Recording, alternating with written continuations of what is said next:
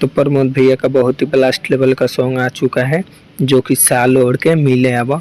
तो ये सॉन्ग बहुत ही बेहतरीन है और आप लोगों को पता है कि प्रमोद भैया के पहले एक सॉन्ग वायरल हुआ था कि हमरा से औकात में रह, बस वही ट्रैक पर ई सॉन्ग बाटे साल ओढ़ के मिले आवा। तो जे भी हमारा भाई लोग इस सॉन्ग के सुनल चाहतनी सिर्फ सॉन्ग को सर्च मारी साल ओढ़ के मिले आवा, ई सॉन्ग मिल जाई।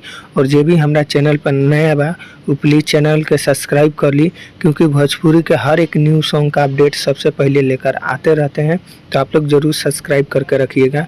और प्रमोद भैया के बैक टू बैक सॉन्ग आने वाला है, तो आप लोग ज़रूर चैनल को सब्सक्राइब करके रखिएगा, क्योंकि भोजपुरी का हर खबर सबसे पहले आप लोगों के बीच लेकर आते रहते हैं। तो आप लोग ज़रूर अपने भैया को प्यार दुलार आशीर्वाद दीजिए, क्योंकि आप लोगों को पता है कि अब प्रमोद भैया ही बहुत सॉन्ग लेकर आने वाले हैं। खेसारी भैया आजकल बिजी हैं चुनाव में, तो उनका सॉन्ग थोड़ा लेट से आएगा, लेकिन इनका बैक टू बैक आएगा।